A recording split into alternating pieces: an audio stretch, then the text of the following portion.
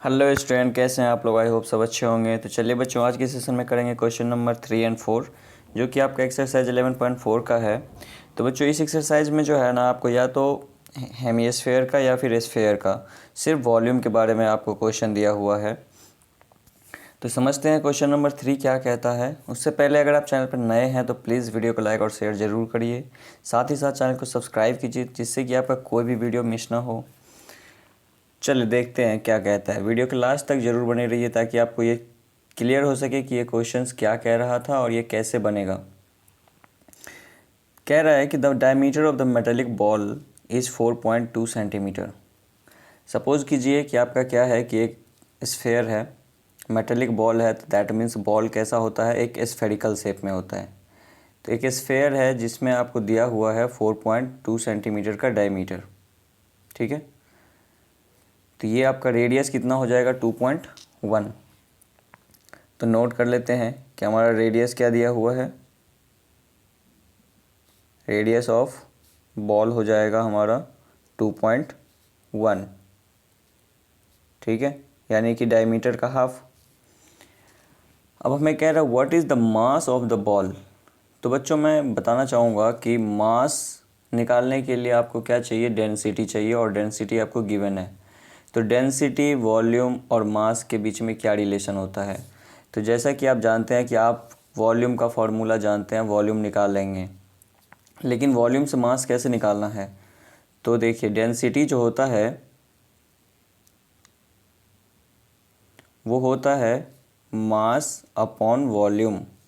तो अगर हमें वॉल्यूम फाइंड करना है तो हमें क्या हो जाएगा, volume equal to mass upon density. ठीक है, तो जब भी आप वॉल्यूम फाइंड कर लेंगे तो वॉल्यूम से हमें मास अपॉन डेंसिटी, या फिर अगर हमें मास निकालना होगा तो क्या हो जाएगा, वॉल्यूम इनटू डेंसिटी।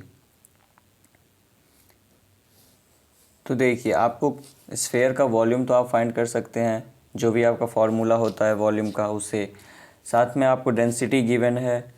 तो फिर क्या कर देंगे, वॉल्यूम को डेंसिटी से मल्टीप्लाई कर देंगे तो हमारा क्या फाइंड आ जाएगा, मास आ जाएगा। ठीक है, तो देखिए सबसे पहले हमें क्या करना है, वॉल्यूम फाइंड करना है। तो वॉल्यूम ऑफ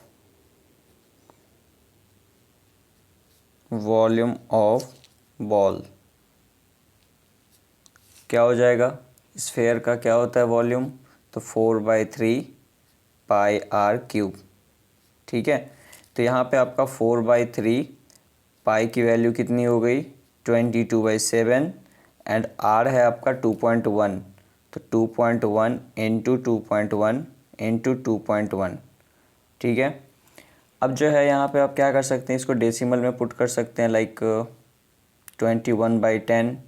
इस तरीके से डेसिमल हटा सकते हैं। तो ये क्या हो गया, 7 3 जा 21 एंड 3 3 कैंसिल आउट। तो आपका फाइनली क्या हो गया, 21 हो गया 441, और ये हो गया आपका 88। तो 88 को 441 से मल्टीप्लाई करके 1000 से डिवाइड कर दीजिए। तो देखिए 441 88, तो क्या हो गया, 8 32 3 32 35 8253। तो ये हो गया 8 10 7 8 8 3। ये आपका क्या आ गया, ये आपका आ गया वॉल्यूम। उसको 1000 से डिवाइड करेंगे तो 3 डिजिट के बाद क्या आ जाएगा हमारा डेसिमल, दैट इज़ 38.808। सेंटीमीटर में है तो सेंटीमीटर क्यूब हो जाएगा। अब आपको क्या कह रहा है, find the mass. Mass find करने के लिए हमें क्या चाहिए, वॉल्यूम फाइंड हो गया, डेंसिटी गिवन है, तो क्या हो जाएगा, mass equal to volume into density. तो यहाँ पे हमें 8.9 ग्राम पर सेंटीमीटर क्यूब है। ठीक है, तो मास ऑफ बॉल हो जाएगा,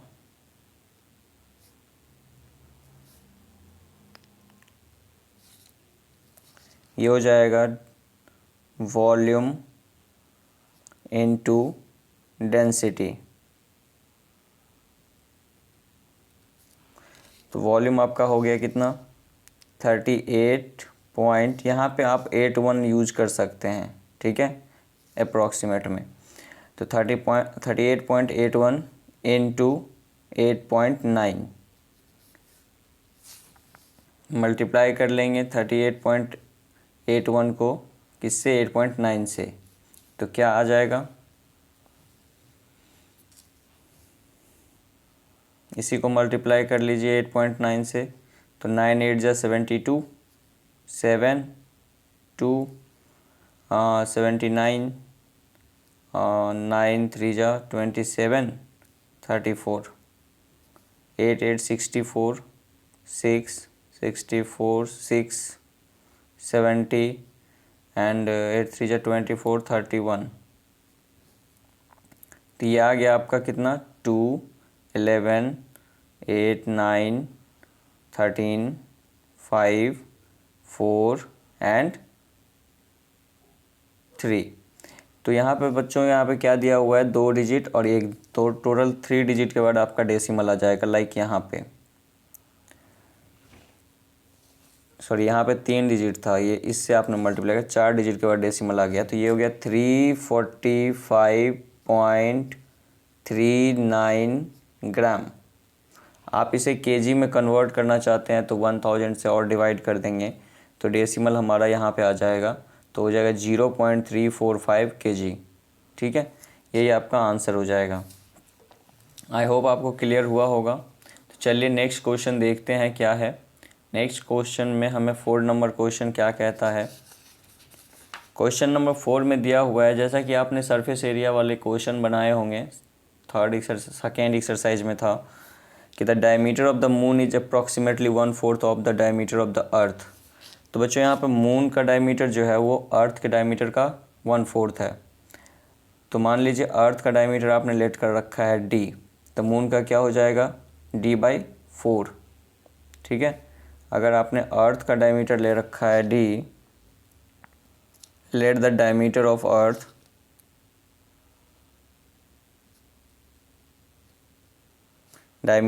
अर्थ क्या हो गया आपका, d, तो डायमीटर ऑफ मून क्या हो जाएगा, d/4, ठीक है। तो यहाँ पे हमें क्या है कि मून का डायमीटर जो है अर्थ के डायमीटर का 1/4 है। तो आपको कह रहा है what fraction the volume of earth is the volume of moon, यानी अर्थ का मून जो है अर्थ का जो वॉल्यूम है वो मून के वॉल्यूम का कितना फ्रैक्शन है।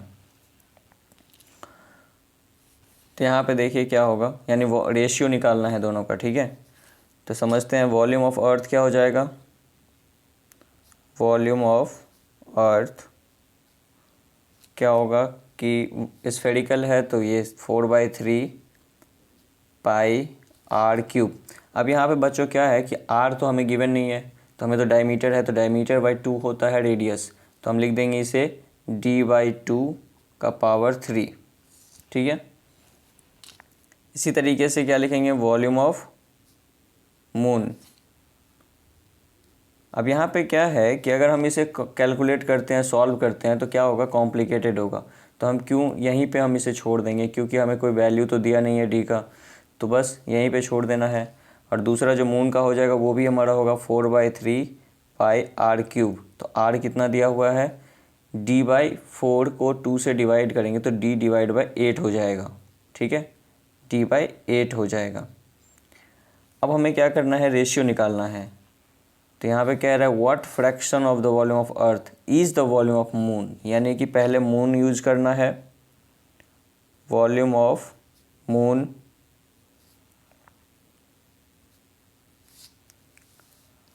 Upon volume of earth.